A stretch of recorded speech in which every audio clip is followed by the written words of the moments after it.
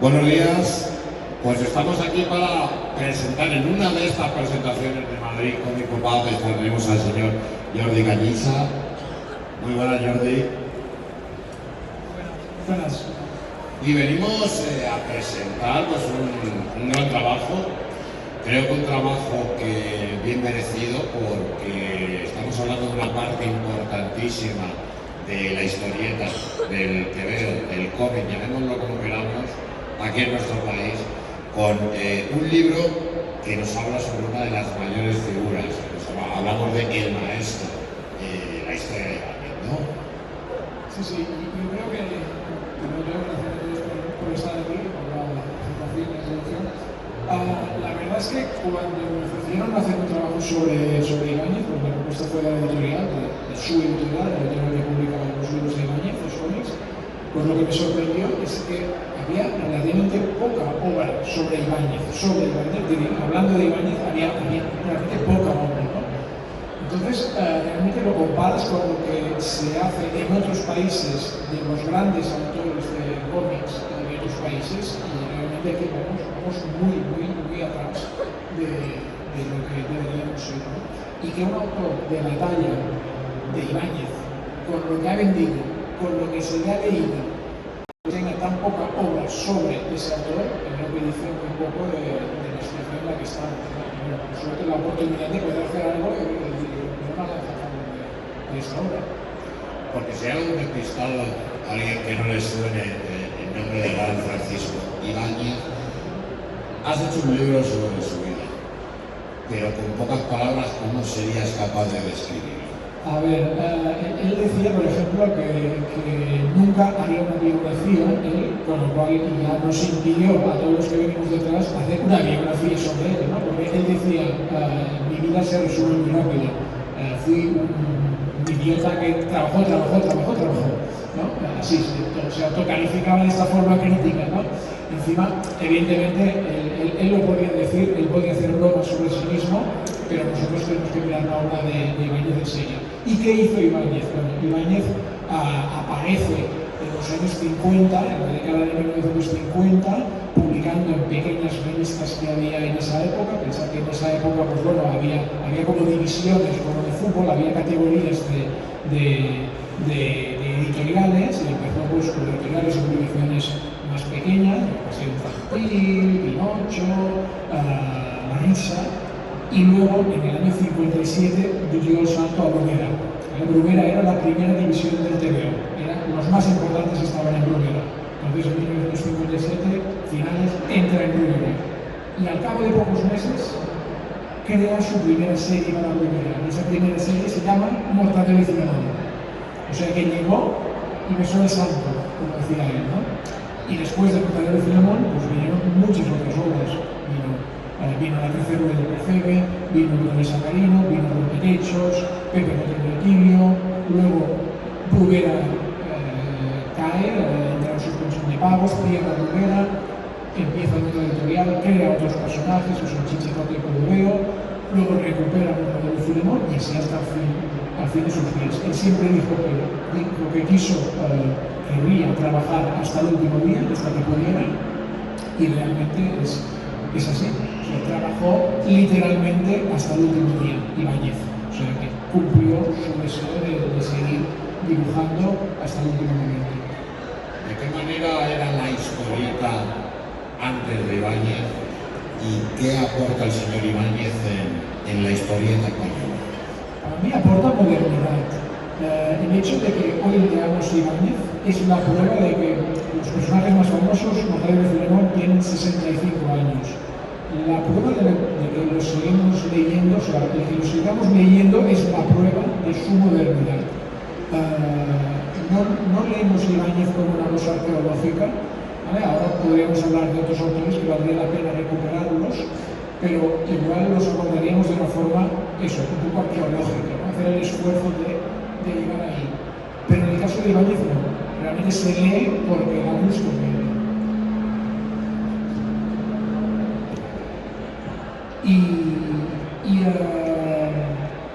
Esa capacidad fue la modernidad. La modernidad la aportó desde el principio. Leyendo las primeras historietas de Ibáñez, de esas de los años 50, te das cuenta de una cosa que es esencial y que en el libro explico, que es que él introduce el humor a poder ser en todas las viñetas. En esa época, en las revistas, publicaba en la revista Pulgarcito, lo normal eran historietas de una página, había una historieta, como su nombre indica, había una historia que pasaba algo y al final había el gag final, al final había el chiste, al final te hacía reír. Pero lo que había pasado antes, bueno, en cambio Ibáñez tiene la obsesión, y lo dice él en muchas entrevistas, tiene la obsesión de poner gags a poder ser en todas las viñetas, ¿no? Intentar, él habla mucho de gag. La palabra gag le gusta mucho, ¿no? Porque viene de un cine cómico, viene de Charlotte, viene del Flaco, viene de ese cine rancio, decía él, un cine rancio que le gustaba a Ibáñez, ¿no? Y él intenta trasladar eso del cine cómic a la historieta, que en realidad son lenguajes muy distintos, como decía el cine. Y ese intento de poner gags en todos los sitios es lo que creo que le da la modernidad, la diferencia a Ibáñez de los otros. Pero aparte hablamos de esos gags, hablamos de la importancia de lo que aporta él para el humor. Pero también es la demostración de que es un humor tan universal, ¿no? Un humor, al menos dentro de nuestro terreno español, que es un humor que es entendible por grandes, por pequeños, por gente de hace 30 años, por gente de 40, que a día de hoy sigues cogiendo un cómic, un TVO de Mortadelo antiguo y sigues pillando el humor. Es también el secreto de un humor universal, ¿verdad? Sí, yo creo que es la capacidad de ser buen humorista, que puedes llegar a todas las generaciones y que puedes releer sus cómics antiguos y siguen funcionando. Realmente Ibáñez es bueno porque tiene una mecánica del gag, esto es una de las cosas que intento explicar en el libro, que es que no solo tiene buenas ideas de gags, sino que sabe explicarlos. Y esa capacidad de saber explicar, o sea, al final es como lo comparo con explicar un chiste. Tú puedes saber un chiste, pero si no lo sabes explicar, ahora me ponéis aquí a explicar un chiste y no lo sabes reír, porque no tengo la gracia de explicar el chiste, aunque el chiste sea bueno. Ibáñez tiene esa capacidad de saber contar chistes, que son sus páginas, son sus historietas. Y eso realmente es inmortal. Lo que digo esto, pues ahora leemos cómics de Ibáñez de los años 70, por ejemplo, y son buenísimos, y siguen siendo buenísimos. Y los chavales pequeños siguen leyendo Ibáñez porque conecta con ellos. Y tiene esa capacidad que va más allá de lo que decía antes, hablar de arqueología. Pues Ibáñez tiene esa capacidad de que no es arqueológico, es algo tremendamente vivo, ¿no? Y eso es porque era bueno. Pues no hay otra lectura para también hemos visto que en muchísimas ocasiones se ha renovado también a lo largo del tiempo. Hablabas de la caída de Bruguera, hablabas de Chichata de Clodoveo. Ahí también se notaba que era un intento de modernización, ¿no? Del chiste y un poco de reflejar el cambio de la sociedad que había en el momento. Sí, claro, en esa época el paro era el tema, ¿no? Sigue siendo importante, evidentemente, pero veníamos de años en que la sociedad española había ido modernizándose y incorporando pequeños lujos, que es el coche, que es el pisito, el apartamento, no sé. Y llega un momento de crisis y Ibáñez refleja esto. Es curioso porque esos tres personajes eran tres personajes en paro que buscaban trabajar. Entonces, es como la vuelta de tuerca al clásico de Bruguera, ¿no? Bruguera siempre eran personajes que tenían un trabajo, ¿no? Y te explicaban el trabajo. El reporter Tribulete, era un periodista y era el reporter Tribulete. Todos tenían su cosa, ¿no? Rodolfo Filemón era el investigador, todos tenían su cosa. Y si no era, evidentemente les tocó familiar, ¿no? Pero había algo en ellos, en su vida, ¿no? Eran funcionarios, lo que sea. Y en el caso de Chichita de Clodoveo, le da la vuelta y dice, no, pues la característica del personaje será que no tendrá trabajo, pero algo, insisto, esencial antes que Bruguera, ¿no? Él rompe con esto. Y retrata muy bien la época, yo creo que retrata muy bien la época. La lástima es que, bueno, al final volvió a hacer Mortadelo y Filemón porque es lo que funcionaba y lo recuperó después de un tema legal y acabó en juicios y tal, lo recuperó y siguió dibujando Mortadelo y Filemón, pero son personajes que retratan mucho la época, que la forma de vestir, por ejemplo, visten con zapatillas deportivas, no sé, es otra cosa, y dices, Ibáñez se fijaba en esto, ¿no? También tenía esa capacidad de cronista de retratar la época y lo hizo siempre y en esta serie se ve mucho. ¿Sí? Cuando Ibáñez entra en Bruguera, viene con esas ideas renovadas, con esos cambios únicos suyos. ¿Eso cómo afecta a sus compañeros? ¿Cómo afecta al resto de dibujantes del momento? Pues ya se produce una cosa curiosa, porque cuando entra Ibáñez junto con otros, por ejemplo con Raf, con otros, es porque hay un hueco en ese momento, porque hay una serie de dibujantes, Escobar, Conti, Cifré, Peñarroya, Giner, que vengan desde ahí y que fundan otra revista que es Tío Vino. Se apartan de Bruguera y crean una revista de la competencia. Entonces, Ibáñez, igual que Rafa, aprovechan este hueco y entran en Bruguera, ¿no? Pero en ese momento en Bruguera había alguien muy grande en Bruguera. Estaba Vázquez. Estaba Manuel Vázquez, que era un gran del humor, un gran del humor. El cual también eres experto porque tienes tú también. Tienes algún trabajillo. También algún trabajillo con Vázquez.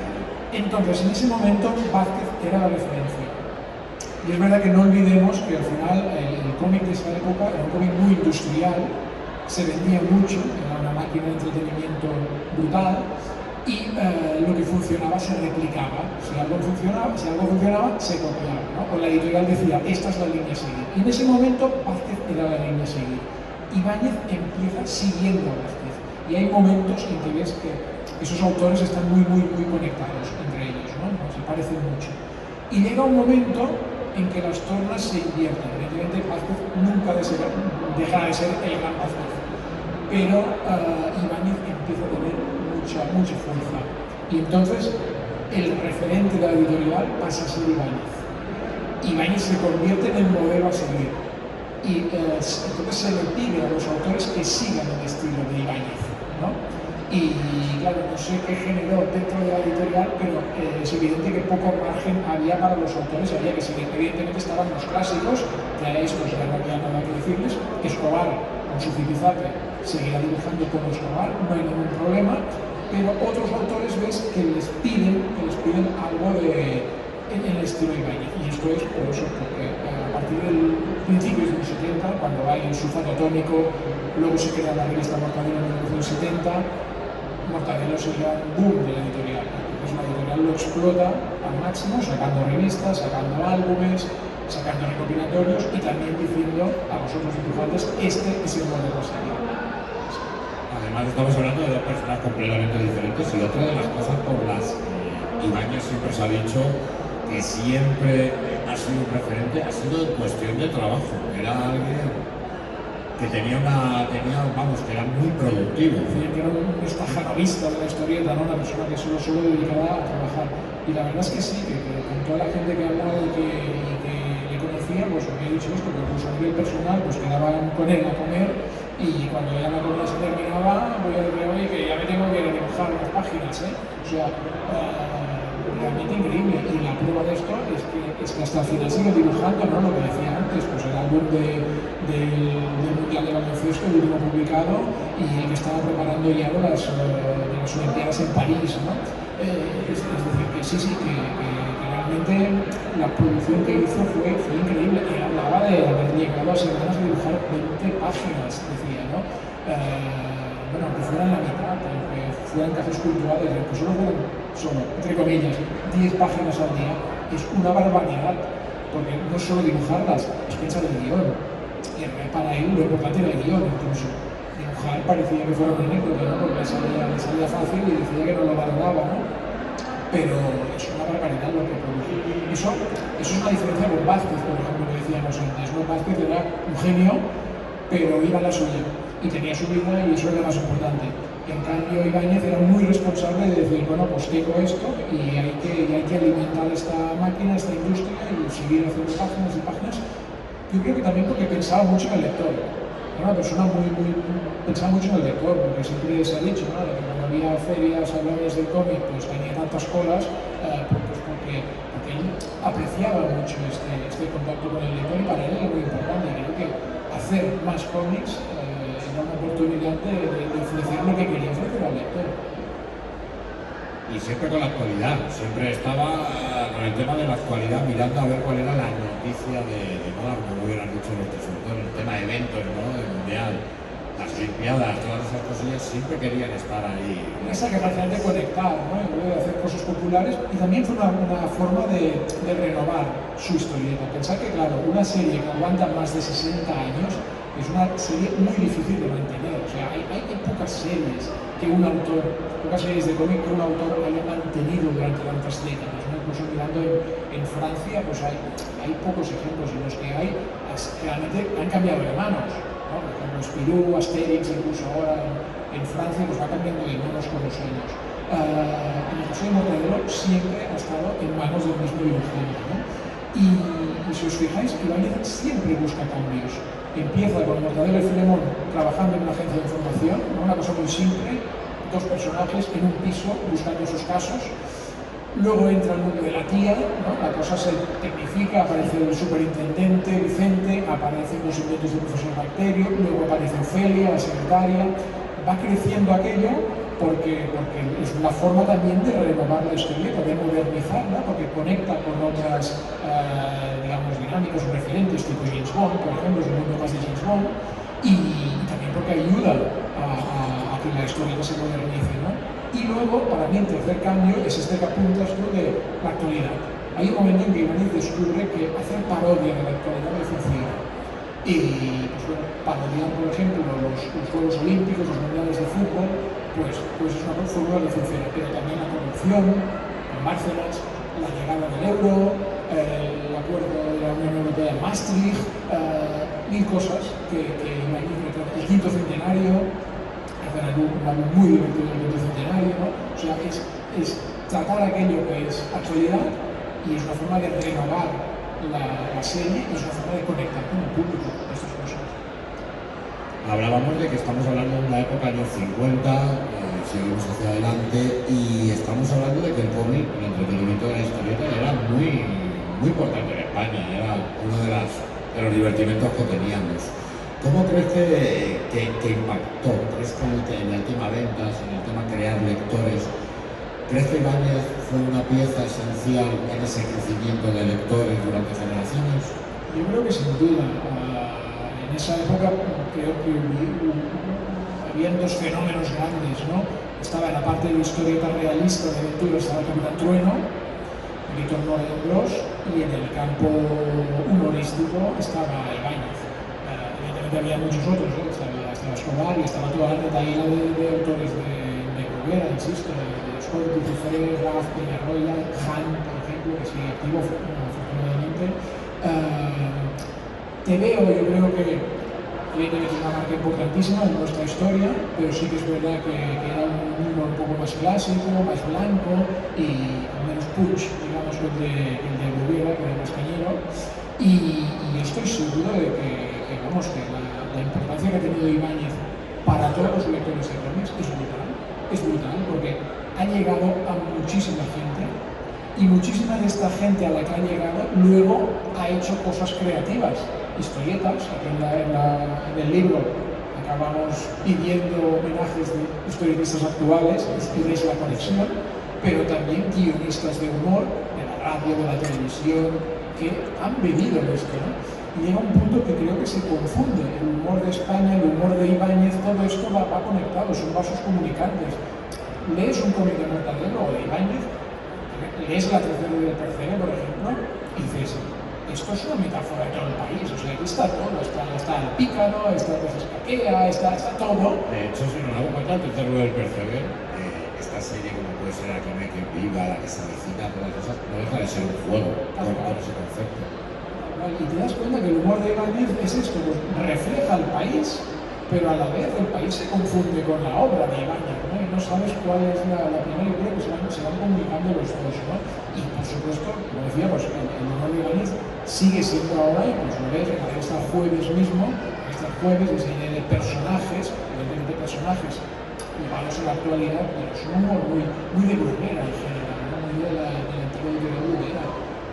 Decía Figueras, el autor, el Topolino, siempre contaba una experiencia, ¿no? Y es que él iba en el autobús viendo cómo los chavales iban leyendo Mortadelo y cómo venía de complemento el Topolino, ¿no? Y dice que él se quedaba observando a la gente en el viaje y se daba cuenta que los chavales pasaban sus páginas, ¿no? Y directamente se iban al Mortadelo y que sin embargo ese Topolino no lo leía porque decía que se enojaba, ¿no? Eso es duro para un autor. A ver, pero yo tengo que decir también, pequeña confesión, ahora que estamos en familia, que a mí me pasó algo similar también. Es decir, yo creo que hay un momento para todo en las lecturas. Yo también cuando era pequeño, para mí lo importante era Mortadelo o Ibáñez. Para mí lo importante eran las páginas de Ibáñez. Y cuando veía un TVO, lo importante eran esas páginas. Y había otros, bueno, y con el tiempo vas viendo que esos otros, algunos de esos, eran muy buenos. Figueras lo que pasa es que siempre hizo de Figueras y no quiso imitar nunca a nadie. Pasa algo similar con Graf. Graf, a mí en su momento, yo no me tiré enseguida con Graf. Además, había la cosa que comprabas un TVO de Mortadelo y te daban otras páginas de relleno que eran las de Séptimo o no sé qué, te las daban como de relleno. Ya es una mala forma de vender al personaje, hasta que un día lo lees y dices, claro, Séptimo es muy bueno. Y luego acabas haciendo una biografía sobre el autor, ¿no? Pero quiero decir que nos pasa a todos, que creo que pasa también en las películas, en las novelas, en cualquier cosa, con la pintura, con cualquier cosa, que algo que de pequeño no te llama la atención llega un momento que sí. Y Figueras es un grandísimo autor, pero es verdad que es un autor que necesitas tener un poco más de tiempo para saborearlo. Y que al final termina siendo una obra más madura porque tira mucho de la cultura popular, todo del pulp, incluso de la cultura popular que todavía muchas veces en España ni nos había llegado, ¿no? Sí, tal cual. Bueno, la verdad es que, por ejemplo, la voz que dices de Topolino está editado por Astiberri, porque ya es una editorial que ya no es bloguera, o sea, que ya se aparta porque seguramente conecta con otro tipo de lector, ¿no? Y es verdad, y seguramente hay muchos autores también. Yo creo que hay muchos autores de bloguera que se podrían reivindicar ahora como autores a redescubrir, ¿no? Yo que en Conti, por ejemplo, que es un autor extraordinario, ¿no? Cifré, no sé cuántos otros que lamentablemente no son suficientemente conocidos porque hubo un grande que claro que atrajo mucho. Eclipsó, sí, pero que bueno, que fue en ese momento ese estilo, el que eclipsó, pero que a lo mejor ahora si nos ponemos a analizar esos también, sí. Pero hay que sacarlos ya un poco más especializados. Claro. Incluso los personajes de Ibáñez. Yo creo que cada uno tiene sus favoritos. No era lo mismo leerte un Mortadelo y Filemón, que han quedado como el emblema, han quedado como los personajes clave. Pero por ejemplo teníamos por ahí a Pepe Gotera y Otilio, que era un estilo de humor que quizá según vas creciendo, te vas metiendo en el mercado laboral, vas pillando más los chistes y un niño ahí, por ejemplo, ya no. Los pretextos que incluso los pretextos era el humor del absurdo. Totalmente. Creo que incluso los personajes de Ibáñez, creo que también ha habido ahí personajes que hemos entrado en una época o en otra en función de nuestra edad. Sí. Los pretextos era el personaje favorito de Ibáñez, por ejemplo, ¿no? Porque también, claro, porque era miope con Ibáñez y además porque le permitía jugar con un solo personaje, ¿no? Si os fijáis, la mayoría de historietas de Ibáñez giran en torno a dos personajes o incluso a tres.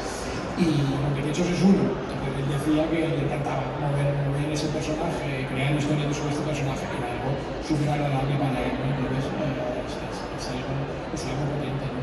Pero bueno, Pepe Gotera me encanta, por ejemplo, esa chapuza emocional explicada ahí y bueno, solo hay que llamar a alguien que te venga a reparar algo en casa y piensas en Pepe Gotera inevitablemente. Y muchas cosas dentro del nivel de humor exagerado, muchas cosas cuadran de lo que hemos visto. Es lo que tiene el humorista, ¿no? Esa capacidad de retratarte algo de forma exagerada, que ríes, pero después de reír dices, bueno, algo de razón. Y suele pasar con gente que es un poco a lo mejor ajena al cómic, ¿vale? Pues incluso dentro del cómic también hay gente. Hay que hablar también de Ibáñez, que no es solamente un creador de humor, es un gran dibujante. Mucha gente cree que por el tono cartoon, el tono de los monigotes, se piensan que no hay un trabajo ahí y ahí lo explican bastante bien en el libro. Haces incluso un análisis de una splash page suya, de una página, donde haces un análisis porque la verdad es que se ve que es un gran dibujante, pese a que su dibujo no sea naturalista, serio, controlaba muy bien el tema. Sí, correcto. Esos son los objetivos que yo me marcaba con este libro, ¿no? Hay 3 capítulos y el primer capítulo es analizar el dibujo de Ibáñez. Porque yo creía, sigo pensando en que hay que reivindicar el dibujo de Ibáñez. Evidentemente es un gran humorista, nos hace reír mucho, pero su dibujo es muy bueno. Y además, aquí lo que defiendo es que no solo es bueno en las portadas, que digamos es lo más espectacular, ahí te das cuenta de que era capaz de dibujar cualquier cosa. Pero es que en viñetas simples, y aquí amplío algunas viñetas simples, de nada, un personaje caminando por el despacho y te das cuenta de que está todo absolutamente planificado. Es una viñeta pequeña, perfecta. Todo está encuadrado, además te comunica algo. Hay escenas en que ves que el personaje entra, cuando entra hay una puerta, la puerta indica que viene de un sitio para ir a otro, te monta una perspectiva en el espacio pequeñísimo de una viñeta. Esa capacidad de síntesis visual, de dibujar algo que explica, que transmite tanto en tan poco espacio, es una maravilla, es una maravilla.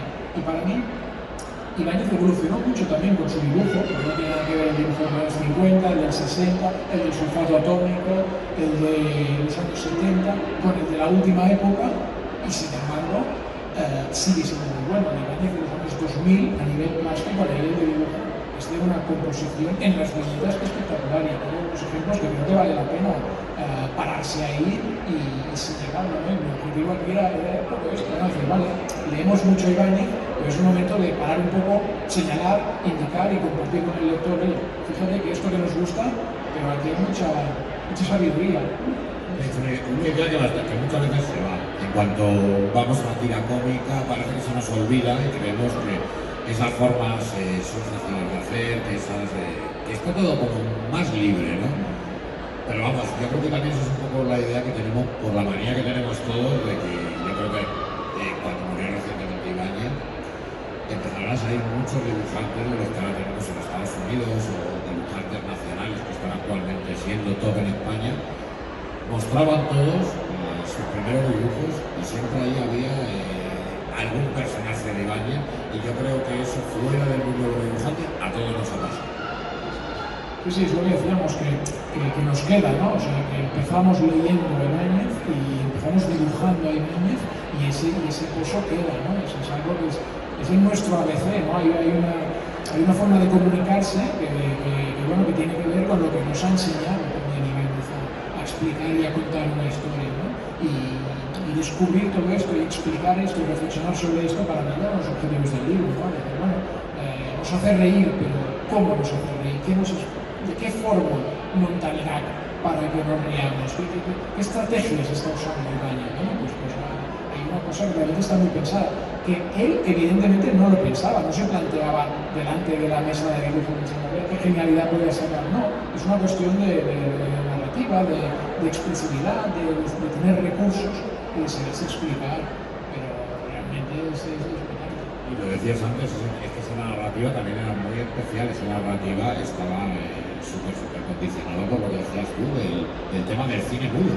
Claro, él se marcó el objetivo de trasladar aquello que le gustaba el cine mudo, le hacía reír el cine mudo, y dijo, ¿por qué esto no lo puedo trasladar yo en el papel? Y hizo esta genialidad de trasladarlo al papel, que dicho así parece fácil, pero es que realmente estamos hablando de dos lenguajes totalmente distintos, el cine y el cómic, que se parecen en cosas y a veces asumimos que se parecen más de la cuenta, porque bueno, utilizan los planos y tal, sí, los planos eran los mismos, pero la forma de componer la escena no. El problema es que el cómic te puede cambiar de un plano a otro plano enseguida, y esto no lo hace tan rápido en cine porque igual te mareas, ¿no? Entonces, bueno, son detalles, pero es importante, es que la narrativa es totalmente distinta, y lo que logra Ibáñez es, por ejemplo, el dinamismo, esa capacidad de narración acelerada, de un gag detrás de otro, caídas, trompazos, choques, chichones, todo esto es la narrativa acelerada como si fuera una película realmente. Y es gracioso ver que cuando se hicieron las adaptaciones a veces en dibujos animados, los dibujos animados se movían menos que sus viñetas en papel, ¿no? Pero bueno, este tío ha logrado hacer algo que no era tan fácil, ¿verdad? ¿Has estado trabajando en el libro cuánto tiempo? Pues a finales del año pasado me lo encargaron, no sé, en noviembre o así, un poco mucho. Y en todo ese tramo Personalmente tú, me imagino que habrás ido recogiendo información que desconocías completamente, ¿no? Y habrás descubierto nuevas cosas sobre el autor, cosas que no sabías. ¿Te llamó algo especialmente la atención que hayas dicho, no lo sabía hasta que no me he puesto a trabajar en esto? A ver, sobre todo lo que más, digamos, novedoso encontré ahí fue la posibilidad de tener los originales de Ibáñez en la mano, ¿no? Para hacer este libro yo tenía la obsesión de que había que reproducir originales. O sea, el dibujante dibuja primero sobre el papel, ahora también sobre tableta, pero en el caso de Ibáñez dibuja sobre papel, dibuja primero a lápiz, luego lo entinta, a veces lo entinta él, a veces lo entinta un colaborador, depende. En el caso de portadas, Ibáñez siempre acababa el trabajo él, el dibujo negro siempre es de Ibáñez, incluso los textos y las portadas siempre son de Ibáñez, las historietas son siempre, pero este proceso que queda como enmascarado cuando la obra sigue ya reproducida y en color, impresa, este proceso, verlo en crudo con el original, pues te da muchas pistas. Y ahí descubres cosas que no sabías, ¿no? Y aparte una cosa que sí que no sabía, o sea, en realidad los originales tal cual de Ibáñez que hay aquí nunca se habían publicado, originales de Ibáñez. O sea, ver el rastro de lápiz, esto no había quedado nunca. Y una de las cosas que sí que fue una cosa que yo no pensaba incorporar en el libro y que yo incorporé un día estando en la editorial y al verlo, es que Ibáñez acababa de entregar las últimas páginas del álbum, del Eurobasket, y las entregó a lápiz. Y nunca se habían reproducido en un libro las páginas a lápiz de Ibáñez. Y cuando lo vi, y ya estábamos preparando el libro, dije, esto hay que publicarlo. Hay que publicarlo. Una persona de 86 años que tenía entonces, dibujando a lápiz, como está dibujado aquí, y ves la capacidad que tenía, los acabados que tiene ese lápiz, la fuerza que tienen estas líneas de lápiz de Ibáñez, fue una cosa impresionante, impresionante. Igual que hay unas guardas, por ejemplo, las guardas son esa parte de aquí del libro, ¿no? Lo primero que pones en el libro, que protege un poco el libro, pues las guardas de la colección más famosa de Mortadelo, son la colección Magos del Humor, esa que es en tapadura, son de color azul, ¿vale? Todo azul. Pues hay un original en que él marca el color azul lo que va en blanco. Es decir, el tío está pensando, cuando esto se reproduzca, para que el tío de la imprenta no se equivoque, le voy a decir que las gafas de Mortadelo y Filemón tienen que salir en blanco. Las gafas de Mortadelo tienen que salir en blanco, que los ojos tienen que salir en blanco. O sea, el tío va haciendo marcas. Con 86 años, una persona que ya lo ha hecho todo en la vida y que no tiene que demostrar nada, que se preocupe por cómo va a quedar impreso, o sea, me pareció una cosa absolutamente fascinante. ¿Qué capacidad de meterse hasta el último punto del detalle del proceso de imprenta, preocupado por cómo quedará su obra?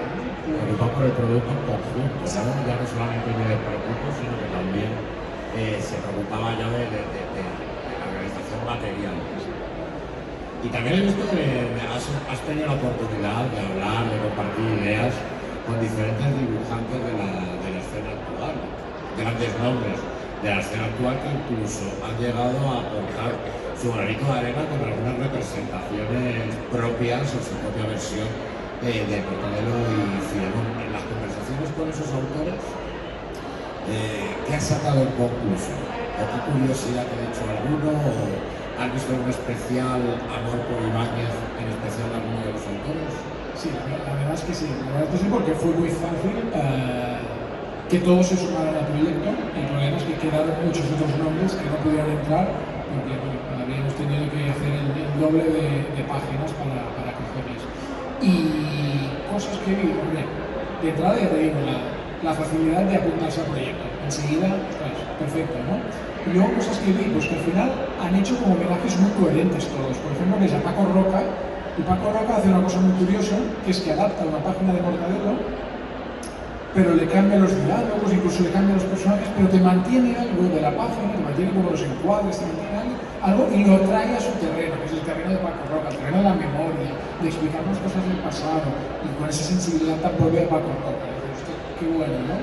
Y luego tienes casos como Lorenzo Montatore, que es un dibujante que me encanta, y ves que recrea a Rompetechos. Y te das cuenta que el universo este alucinado de los cómics de Montatore encaja plenamente en Rompetechos. Y me di cuenta en ese momento de que Rompetechos parece un personaje de Montatore, ¿no? Y ves estas conexiones y luego el tronco con lo que decías tú, ¿no? Que claro, es que Ibáñez ha seguido teniendo influencia. Esos dibujantes vienen de ahí, como lo leyeron, algo quedó, ¿no? Y ves cosas así, ¿no? Caso como José Luis Martín, el dibujante del Jueves, fundador del Jueves, redibujó una 13 del Percebe. Él es un gran fan, además me iba mandando WhatsApps de cómo quedaba, ¿no? Ya tengo lápiz, ya no sé qué, tal y cual. Y me reconoció que es un trabajazo de narices hacer la 13 Eso, José Luis Martín, que ha estado no sé cuántos años al frente del Jueves, o sea, tiene experiencia para dar y vender, ¿no? Y decía, no, pues que la 13 es terrible, ¿no? O sea, es terrible, ¿no? La dificultad de hacer algo que Ibáñez hacía tan sencillo. La cantidad de detalles, la cantidad de pequeños guiños y de pequeñas historietas que te metía dentro de una sola viñeta. Preguntilla, también, después de la muerte de Ibáñez, hemos visto que sabemos también las polémicas, ¿no? Que surgen. No meternos en la polémica, pero me imagino que mientras buscabas información de este libro, también habrás tenido que ver todo eso que se mueve sobre la figura de Ibáñez, las polémicas que han surgido después de su muerte, que parece que tienen a dos bandos enfrentados. ¿Qué opinarías de todo eso?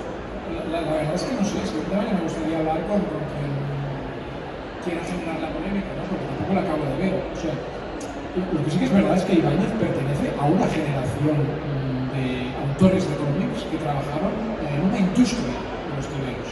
Una industria concreta. Es una industria de los tebeos. Entonces, ¿qué se le puede reprochar a Ibáñez? Bueno, pues hay cosas que te gustarán más y cosas que te gustarán menos, a mí también. Pero más allá de esto, trabajó en una industria y esa industria no reconocía los derechos de autor. No firmaba muchas veces ni con el nombre de Ibáñez. Eso es una cosa que nos ha dicho. Hay algo que se nota de él en donde la firma Ibáñez está borrada. O sea, esa era la industria de esa época. Imaginaros ahora un álbum de novela gráfica en que le borraran el nombre del autor. Sería un escándalo. Pues y seguramente se está reproduciendo, porque las cosas se reproducen así sin más. Hay algo que se nota de él en donde la firma Ibáñez está borrada de las páginas. ¿Por qué? Porque así era la forma de que se confundieran con los otros que los dibujaban otras personas. Eran gente que trabajaban sin los derechos de autor de los personajes. Y evidentemente sin ningún tipo de control de reediciones, de traducciones.